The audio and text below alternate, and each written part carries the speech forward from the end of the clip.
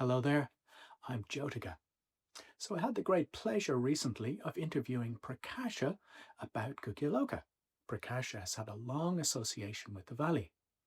He lived in the Vihara for several years and has done a number of long solitary retreats there too. I began by asking him when he first visited the place. It would have been quite soon after they bought it, really.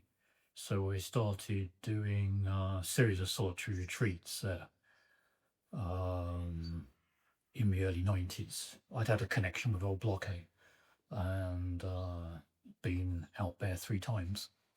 And then going on solitary retreat at Guhyaloka just seemed to follow on from doing these various retreats at old Blockade, which was nearby. So did you know the guy who found Dolph? Dolph? Yeah, You yes, I knew knew Dolph, yes. Okay, yeah. And also Vajrayogini. Oh yeah. So I was doing retreats at our blockade with both of them. So I was familiar with the history of Guhyaloka. So during the 90s, I was living at Pabaloka as a member of the ordination team. So I joined Pabaloka in 91. And then in 92, I went to Guhyaloka for the 3-month ordination retreat. So that was my first long retreat at Guhyaloka. Subhuti and Sona were leading that, and I had a great time with it. So that went really well. There was at least 30 people ordained. I was with some very close friends, and I was part of the team, and I really love that.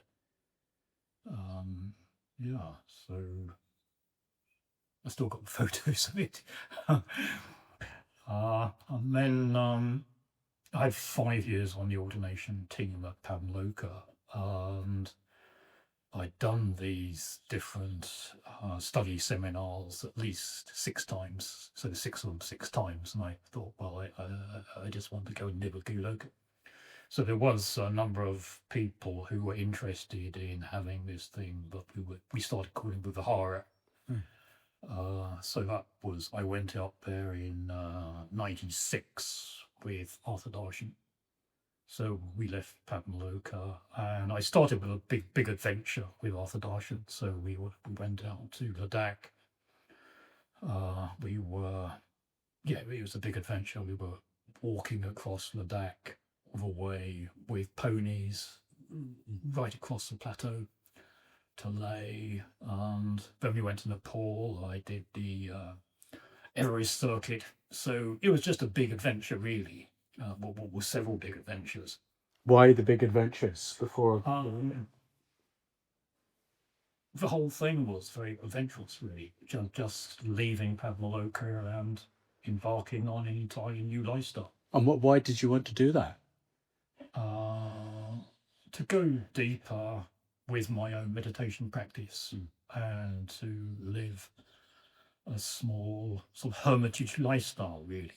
So we were offered a Bante's bungalow. That was all that was there, and it was up to us to create the rest of the facilities. So we didn't have to work. We had no responsibilities. So there was Sagravajra, Padmakara, who was there, myself, Arthur Darshan. So that's how it started off.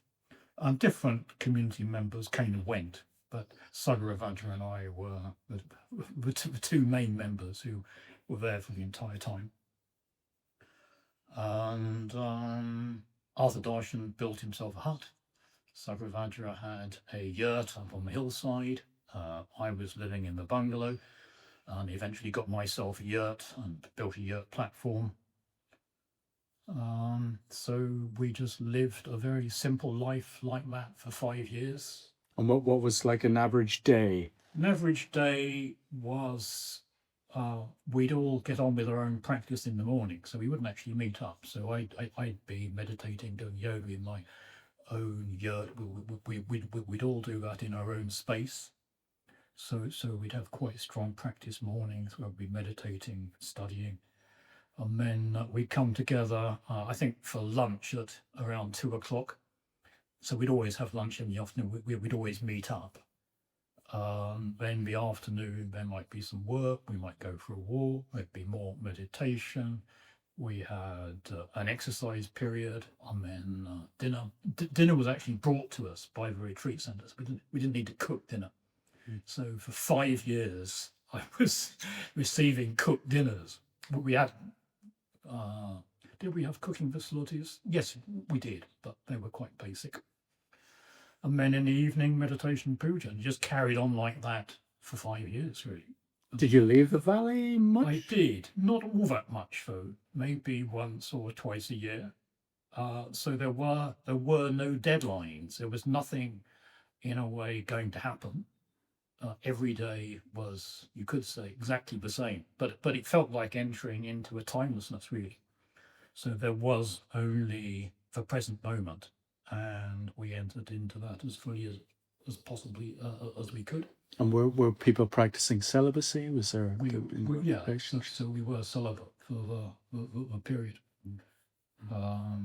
Yeah, I'm just living a kind of very simple lifestyle, really. When I left Pamaloka and arrived, I was quite frightened because it was sort of going into the deep end. It was the unknown, and yeah, well, none of us knew what we were entering into or how it would work out. And this very strong camaraderie built up between those staying there. Arthur Darshan was a very close friend. Sagrabhati became a very close friend. Dhiramati came to stay for a year. Padmakara was there the first year. So yeah, there was a close sense of kinship and brotherhood. So it was one of the, I like to think about it as probably the most important thing I've done in my life, really. For me, the 5 years were an absolutely wonderful experience of, dedicating myself to spiritual practice, the most intense spiritual practice I've ever engaged in, really. And by the end of it, I really established my own meditation practice. The insight I mentioned had really begun to develop, was underway. When I left in 2001, then I was really set up to become a meditation and Dharma teaching. So for the next 25 years, I was leading retreats and introducing people to many order members to meditation and Dharma. But it all kind of grew out of that 5-year period where it just really established my own meditation practice. I went very, very deep. I worked through a lot of things, did all sorts of sadhanas, wrote lots of pujas, just really engaged very deeply. Had a lot of time to study, a lot of time to meditate. So I'd like to think of it as still, after 25 years, it's one of the best times in my life, really, about which I have no regrets. I have had regrets about leaving, but there we go. I didn't have any regrets about being there. But events moved on anyway, and I eventually left. So did you know what you were doing when you were there, in the sense of we didn't have a tradition at that stage, not that we have much of it now, not that we've a bit more, but of going on long retreats, people doing long retreats, living in Vihara-like conditions? No, we really had no idea at all. So we were making it up as we went along, really. And we didn't want to live a very routinized, scheduled kind of life. We wanted to keep things quite spontaneously. We wanted to live in the forest tradition, so we weren't all doing the same thing at the same time in a more monastic kind of way. So we each wanted a lot of time to develop our own practice in our own kind of way, really. So it wasn't a highly programmed or routinized kind of life. So we were quite inspired by this book, Buddhist Saints in India, which had just come out at that time by Reginald Ray. So that describes the difference between the forest life and the monastic life. So we thought of ourselves as being forest renunciates. Well, we were actually living in a forest. There were woods there. We were living very simply, basically. So my yurt had some solar power lighting, but very minimally. It had no heating. When it was hot, I got hot, and when it was cold, I got cold. Really, it was just living in a very kind of basic kind of way. But No used wood burning stove? no wood burning stove. No, no. So at times it did go right down to freezing. So yeah, it was pretty challenging. It has to be said. But I was up for it. We were all up for it. I was in my 40s, and yeah, very much up for it really. So there wasn't a lot of comfort excess really. The facilities were basic.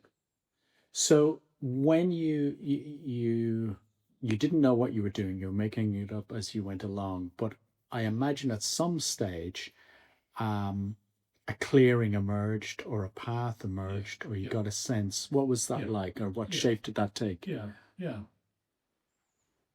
yeah. Well, I think that emerged fairly soon, really. Um, so the day I've described really started quite early on, and the lifestyle I described really started quite early on, and we just carried on with that. For the entire period. So we did have definite ideas, I suppose, about what we wanted before we went there. But yes, it was also very experimental. And we knew what we didn't want. and we knew we wanted to live quite freely. And particularly have this emphasis on timelessness, fully being present in the moment and being present each day, and each day being completely new and unprogrammed without definite deadlines, really. So there were no deadlines. So in a way, we wanted to abolish time as much as possible. Okay. And was it, well, what was there disharmony at all between people? And what about challenges, personal challenges? There was a challenge of each one of us working on our own personal process. So yeah, stuff would come up and we'd have to work with that. But I definitely had the idea of going deeper. So the metaphor was depth and going deeper and turning towards whatever was there and working with whatever came up. So we had a very sort of a clear understanding about that. I don't remember any kind of interpersonal conflict, so to speak. I think there was just personality tensions and so on, just the everyday tensions of living with people. But overall, it was very harmonious. Certainly during the 5 years I was living there. When I left, the situation carried on and it didn't fare so well. So there were a different group of people. So the horror carried on for a few years, but then when I left, things changed quite drastically. But for the period I was there and with the people that I was with, it was very good. So we'd have some meetings to organise ourselves, community meetings. Every supper time, we'd do this thing that the Three Musketeers did. We'd hold hands and say all for one and one for all, and we did that every day, every evening for 5 years. So it must have meant something for us. So there was this sense of brotherhood and camaraderie. So I would say a very strong sense of camaraderie.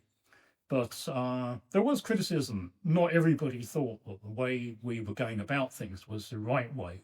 So some people thought that we should be living a much more routinized community sort of lifestyle where we were all doing the same thing. But we didn't want that. We were quite clear about that. but some people thought what we were doing was individualistic. But I don't think it was. I think they were really missing just how radical an approach we were taking, which really worked. Well, it really worked for me anyway. I can't say it worked for everybody. It did demand that you were very self-motivated. So those people who weren't as self-motivated as I was perhaps didn't fare as well. But yeah, for the self-motivated, it was extremely beneficial. Did Bante have input? No, not really. He did come and stay at the Vihara whilst we were there for different periods. It was his bungalow. We were living in his bungalow and around his bungalow. But no, he didn't. I don't actually remember him having any particular input. I think he was just very happy to let us get on with it, on with what we were doing. You've spoken at times about shadow work. You gave a talk there a few months ago, Making the Great Descent. Yeah. Was that something you had to tackle when you were there, or was that mostly processed before you arrived? No, that was certainly something that we were working on. In fact, that whole idea of making the Great Descent really came out of my time at Guhyaloka. So yeah, so that was exploration really. I'd had an ascent orientated lifestyle before that into dhyana. So the question was, well, what happened if we engaged in this deeper turning towards and made the Great Descent? So that was very, very enriching. So we had a strong emphasis on the imagination, on symbolism, on myth, on archetype, living out our personal myth. Yeah, so that was very important. When the insight aspects started to emerge, Yeah. what was that like? I think it was progressive in a way, really. So obviously, I was working with insight practice all the way through. But the very last month I was at Guhyaloka, I finished my 5 years with a solitary retreat. And then during that retreat, I had a very significant vision of Sarvabhuta Dakini, of Vajrayogini. That vision lasted for some time. And yeah, I think it was Sambhoga Kaya vision. So it was very significant and important for me. And then later on, when I went back, that vision just continued really for me. And eventually I introduced the two Vajrayogini sadhanas into the order as a result of that. So the dancing form and the standing form of Vajrayogini. So that was a very significant experience, and I understood Vajrayogini as being the Dakini manifestation of Prajnaparamita.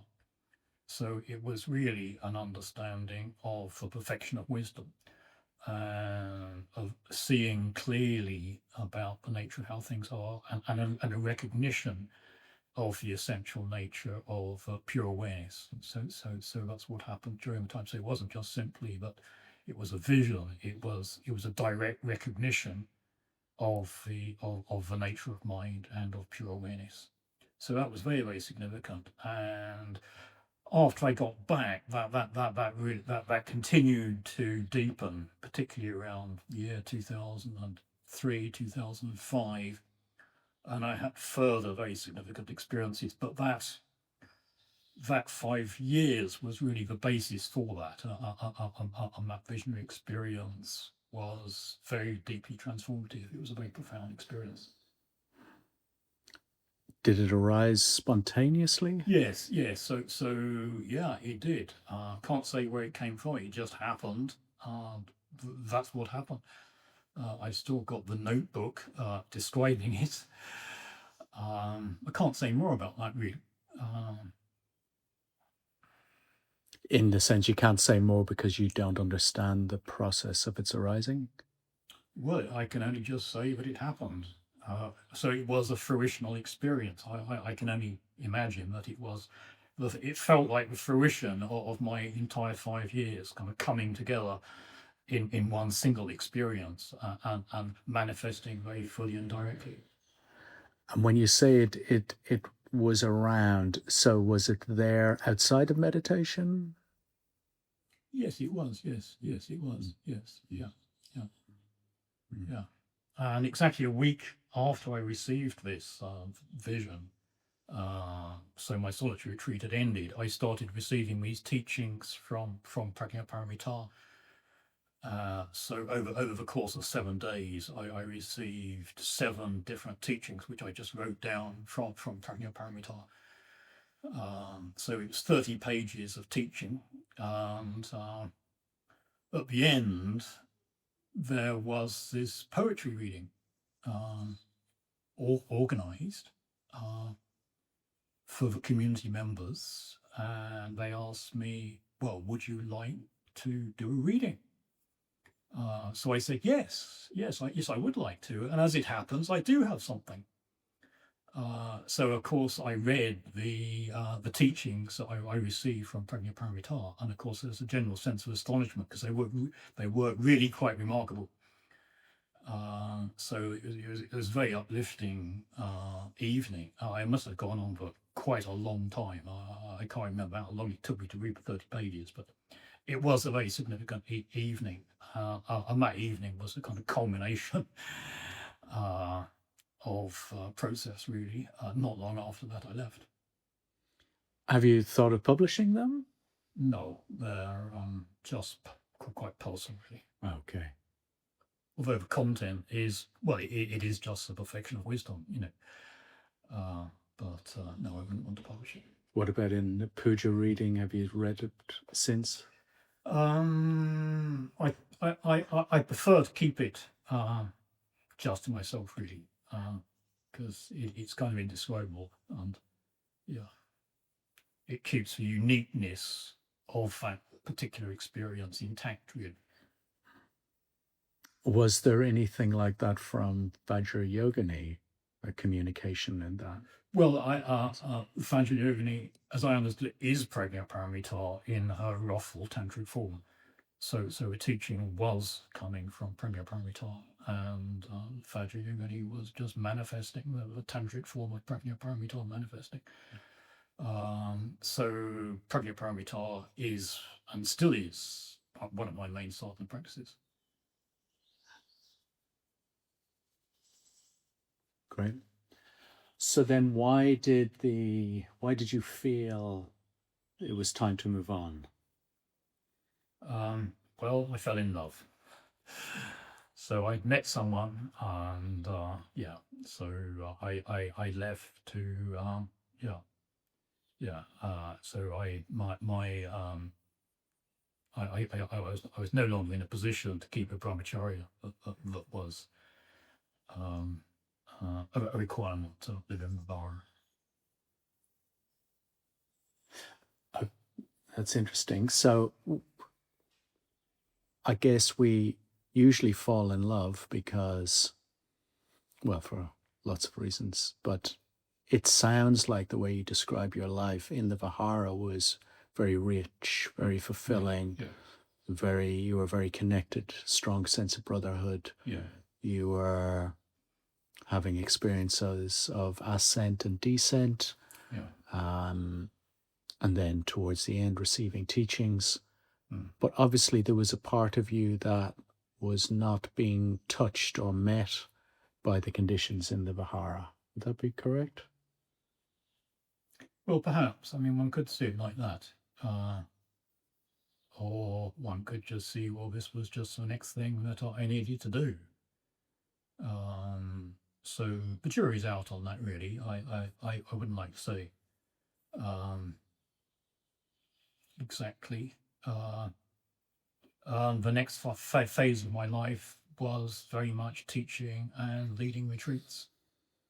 And that's pretty much what I've been doing for the last 25 years, leading a whole series of retreats, mainly for order members on meditation. So I moved to Fadrakutri in North Wales. So by 2003, I moved in there. I started that as a kind of small retreat centre for order retreats, and I was leading my own style of retreats, and they really grew out of the time I'd spent at Guhyaloka. Had you been in love before? Oh yes. It wasn't your first. Oh no, no. Okay. no. It has. I've met order members who fell in love for the first time in their 40s. Yeah. No, that wasn't me. Okay.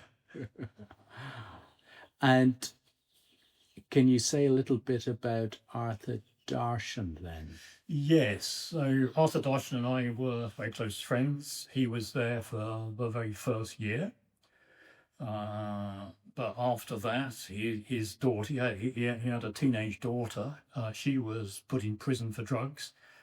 So he was called back to England to visit his daughter in prison. So he was back living in England, visiting her. So that carried on for a while. But then he came back to Vihara, moved back, built himself a cabin, and was there the last year of his life. And then, when was it? I think it was October, November 1999. We were doing these 3-month retreats. So Sagravajra, myself, Arthur Darshan were coming to the end of these 3-month retreats, and one morning he just went out for a run and was running up the path, and then just collapsed and died, really, of some kind of heart seizure. So that was very, very dramatic for all of us. He was in his 40s. He was in his 40s. Yeah, he was about 44, very fit. A helicopter came, but by the time he came, he was dead. So everyone from the retreat centre was standing around, and the helicopter came, and eventually we went into Alicante Hospital, but he was pronounced dead.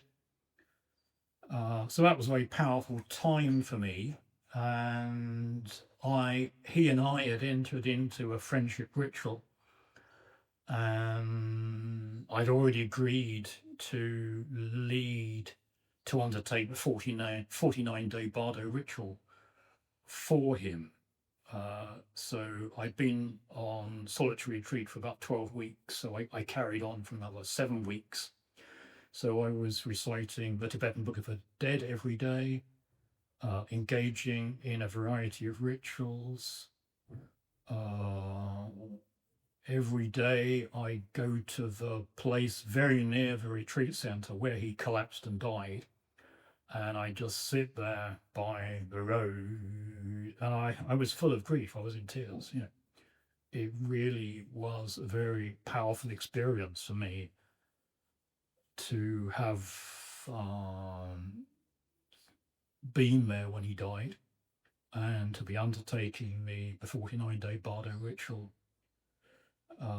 So I carried on with that, worked with my own grief, did a lot of meditation, and finished the 49 days. And at the very end of the 49 days, had a dream, as one does, had a dream. And in the dream, Arthur Darshan was there completely, I really thought he was Arthur Darshan. He seemed, it was as if he was visiting me. I was pleased to see him. I said hello in the dream. There he was. And of course, when I did that, I woke up. So suddenly, suddenly, of course, he was gone. But that happened the morning after the 49-day Bardo ritual. during that time he'd had his funeral in England, so I didn't actually attend that. So that was the end of 1999. Yeah. So that's after Darshan. That must have been quite something to be in solitary for so long with your own grief. Yeah, it was. Yeah, it was. Yeah. And so that was towards the end of your 5 years, was it? Yeah, so that was the end of 1999, and I left in August 2001. Yeah. So do you think that precipitated a moving out of the Vihara? I don't think so. No, I don't think so. So, well, those who were left, we just carried on. But certainly it was a big, yeah, it was a big happening. But by 2001, Sagaravantra had been diagnosed with a particular illness, a debilitating illness. So he was having difficulties. Arthur Darshan was dead. Dhiramati had left. So yeah, it was, in a way, it was just time to leave, really. Okay. So then let's fast forward. You didn't spend a lot of time between then and 2018, 2019 in the valley? Well, I came back. I did several solitary retreats, so I came back several times for solitary retreats for a month or so, and then I started getting asked to teach on the. I think there were 3-month retreats in the autumn, so I'd come for a month. So that happened several times. Bodhidharma was inviting me to that. And then I also came a couple of times to Guhyaloka at Bodhidharma's request to be on the 1-year retreats there. So I came for a couple of weeks twice and say hello to the community members and give various teachings. Yeah. But the last time, of course, I was there was the mushroom incident. Well, you'll have to share the mushroom incident. Tell us about it. Yeah, so that was now 6 years ago in the autumn, and I was staying in one of the huts, and whilst I was living in the huts, I remember this autumn where we ate all these mushrooms, and the mushrooms were. Yeah, we really enjoyed these mushrooms. So I thought, oh, well, it was just an edible mushroom. Anyway, it turned out it wasn't an edible mushroom. It was deadly poisonous. So sorry, when you were in the Vihara, you ate these mushrooms, and did somebody know about mushrooms? Did they? No. So you all took a risk in eating a foraged mushroom, and you had a good time, and it was all very tasty and pleasant. Yeah. And then fast forward to 2019, you find a mushroom that you think is the same mushroom. Yeah. And you think, well, I had a lovely time with that. I'm going to eat it again. That's correct, I suppose. Yeah. But when I ate the mushroom, I had it fried up for breakfast. And then after that, I couldn't eat. I couldn't drink. I vomited up everything. Was this within a few hours? So within the first day. So I spent about 4 days not being able to eat, drink, or sleep. And then things weren't getting any better. By that time, I was delirious. And then I arranged to get a flight out. So Mani Raja got me a flight out. I flew back to England. So you knew it was serious enough you couldn't go to the hospital in Alicante?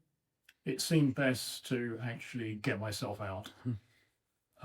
So I went to the Shrewsbury Hospital, went to A&E and saw the doctor, and they said my kidneys had almost stopped working. I was suffering from kidney failure, so I might die. Um, so I found myself in hospital ward. Um, I'd been on solitary retreat for 2 weeks, and I was in a really positive state. So I really had no idea about dying or kidney transplants or anything like that. I was just in a super positive state. So even though my body was seriously affected by this mushroom and so on, I was really happy and in a very positive state. And the very first day in the ward, I started having a vision of Padmasambhava. So Padmasambhava appeared in front of me, and from the vase of immortality that he holds, there were two streams of nectar, red and white nectar, coming to both of my kidneys and purifying my kidneys. And this carried on for about 2 hours. And I could see Padmasambhava right there in front of me in the middle of the ward. I was on a drip at the time, and Padmasambhava was in the context of his mandala. So below Padmasambhava was the Buddha. To one side of Padmasambhava was Matchip Laptron, a Dakini figure. To the other side of Padmasambhava was Milarepa, and above Padmasambhava was Prajnaparamita. So it was a mandala of 6 figures. So Padmasambhava was the primary form. And there was this nectar pouring down from the vase of immortality to my kidneys. And I knew everything was going to be all right. I was able to recognize Padmasambhava, so he appeared as a mass of light and asked me to repeat the long life Padmasambhava mantra, which I did for the entire 2 hours and subsequently. You weren't interrupted by doctors or nurses or? Not that I remember. No, I think it all just carried on really. And then Sri Samva, my partner, came, and Karina Chitta, my sister, came. And I told them, by this time I was sitting up in bed and I was smiling, I was happy, that they could see something very substantial had changed. And I told them I'd had a really amazing experience that they needed to write down. So they took dictation and I communicated the entire experience to them. I'm rather prone to having experiences like that, so they weren't at all surprised. And after about 4 days, I was released from hospital. The doctor couldn't really believe it, because I was at death's door, and then quite suddenly, I was, I was on the way out. I was exhausted for 2 months after that. But after that, I was fine, and I had no further problems. So it was a very powerful, transformative experience, and it's given me the confidence of being able to, when I die, to be able to recognize deities appearing in the bardo. So it was an experience of a clear light, and I was able to recognize the deities, Sasambho Gaia deities, and to directly receive the blessings. So that was all to the good, and has given me the confidence that I'll be able to do that when the time comes for me to die. When the doctors, before you had the vision of Padmasambhava, when the doctors had been assessing you, did they have a sense of the treatment you needed? Was it a kidney replacement? Was it that serious? They were just giving me a kidney flush. So yeah, that's all I needed. So I wasn't given any drugs. And they didn't talk about operations to me but there was a lot of speculation from various other order members and people that that's what I might be needing. But that never entered my mind for a moment personally. But people did speculate. And how did they know after 4 days that you were okay to go? Did they do more tests and your kidneys were improved? They must have done. I can't remember exactly. Mm. Mm. Did you tell the doctor about Padmasambhava?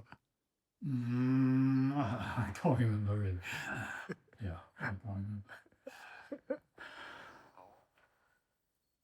And that was your last time in Guhyaloka? That was the last time, yeah. So I'm about to go again. So I'll be at Guhyaloka for 3 months, April, May, and June, staying there with Manju Vajra and Sagrasila, and entering into meditation retreat with them. They're close friends, so I'm very much looking forward to that. So the circle continues. Great. Okay. Thank you so much, Prakasha. That's really, really good. Yeah, I really appreciate it.